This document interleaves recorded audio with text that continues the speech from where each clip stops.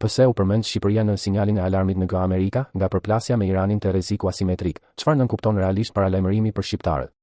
Njoftimi i ambasadës së Shteteve të Bashkuara në Tiranë, publikuar më 1 prill 2026, nuk ishte një deklaratë e zakonshme rutinë. Ambasada paralajmëroi se grupet e lidhura me Iranin mund të kërkojnë të shënjestrojnë subjekte të lidhura me SBA-n ose elemente të opozitës iraniane në Shqipëri, duke shtuar se objektiva të mundshëm mund të jenë edhe vende publike të frekuentuara gjerësisht, si zona turistike, qendra tregtare, hotele, klube dhe restorante. Në të njëjtën kohë, qytetarëve amerikanë iu kërkua vigjilencë e shtuar dhe rishikim i planeve personale të sigurisë. Pyetja që lind natyrshëm është e drejtë për drejtë: pse Shqipëria? Përgjigjja nuk lidhet me faktin se Shqipëria është një objektiv klasik ushtarak i Iranit. Ajo lidhet me një treshe faktorësh që prej vitesh e kanë futur vendin në hartën e tensionit mes Tiranës, Washingtonit dhe Teheranit: strehimi në Shqipëri i opozitës iraniane me EKPMOI, përplasja e hapur pas sulmeve kibernetike të vitit 2022 që Tirana i atribuoi Iranit, dhe rreshtimi gjithnjë më i qartë politik i Shqipërisë në linjën perëndimore kundër Teheranit. Shqipëria prej vitesh strehon mira antar të opozitës iraniane, të cilët regjimi në Teheran i konsideron armiq. Kjo e ka bërë territorin shqiptar jo thjesht një vend mikpritës, por një hapësirë ku Irani sheh të pranishëm kundërshtarët e vet politik.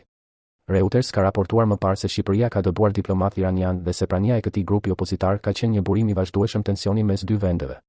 Kjo përplasje nuk mbeti në nivel deklaratash. Në shtator 2022, Shqipëria ndërpreu marrëdhënie diplomatike me Iranin pasi akuzoi zyrtarisht për sulmin kibernetik ndaj infrastrukturës shtetërore shqiptare. Reuters raportoi se Washingtoni e mbështeti publikisht Tiranën në atë vendim dhe premtoi veprim në mbështetje të aleatit të tij në NATO. Kjo ishte një kthesë e madhe, nga një tension i fshehtë, marrëdhënia Shqipëri-Iran kaloi në armiqësi të hapur shtetërore. Në mars 2026, situata u ashpërsua më tej. U raportua për sulme të reja kibernetike të lidhura me Iranin ndaj institucioneve shqiptare, ndërsa parlamenti shqiptar miratoi një mocion që e shpall Iranin shtet që mbështet terrorizmin dhe kërkoi shpalljen e Gardës Revolucionare Islamike dhe Hezbollahut si organizata terroriste. Kjo lëvizje e vendosi Shqipërinë edhe më qartë në vijën e frontit politik kundër Teheranit.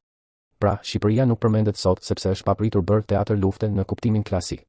Shqipëria përmendet sepse në logjikën e konfliktit modern ajo shihet si një pikë ndjeshme perëndimore, aleate e SBA-s, antare e NATO-s, vend që strehon opozitën iraniane dhe vend që ka hyrë tashmë në përplasje direkte me Teheranin në fushën diplomatike dhe kibernetike.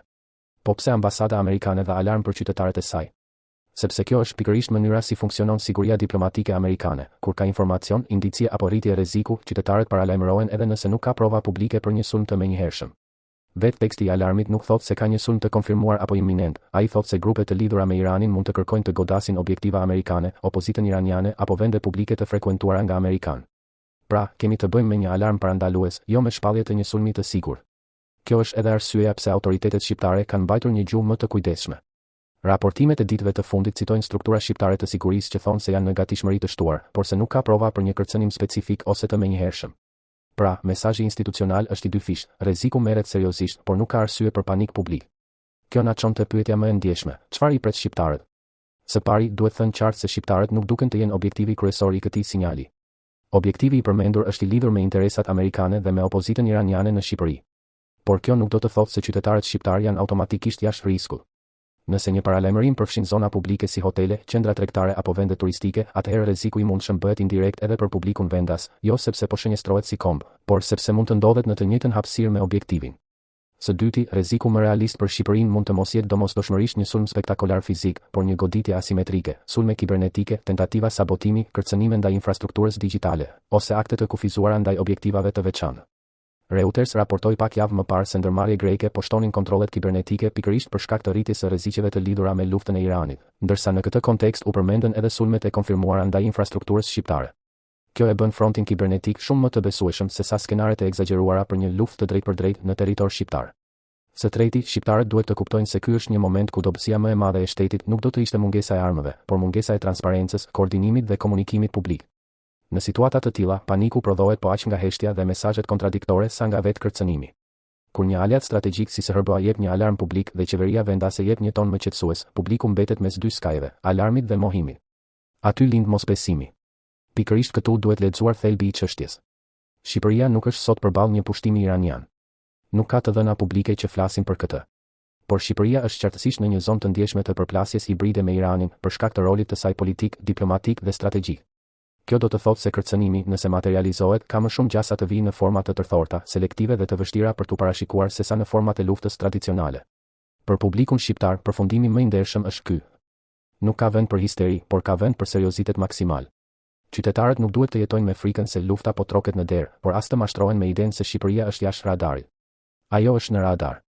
Jo sepse është superfuqi, por sepse është bërë nyje e një konflikti më të madh se vetja, aleate e SBA-s, vend pritës i armiqve të regjimit iranian dhe shtet që tashmë ka hyrë në histori si vendi që i preu marrëdhëniet diplomatike Iranit për shkak të një sulmi kibernetik. Në fund, pyetja nuk është vetëm a na kërcënon Irani, por edhe a është shteti shqiptar gati për një epokë kërcënimesh hibride? Sepse këtu nuk provohet vetëm siguria e ambasadave apo e objekteve të caktuara. Provohet serioziteti i shtetit shqiptar përballë një bote ku luftërat nuk shpallen gjithmonë me tanke, por me server të rrëzuar, rrjete të goditura, objektiva të butë dhe frikë të shpërndarë në publik.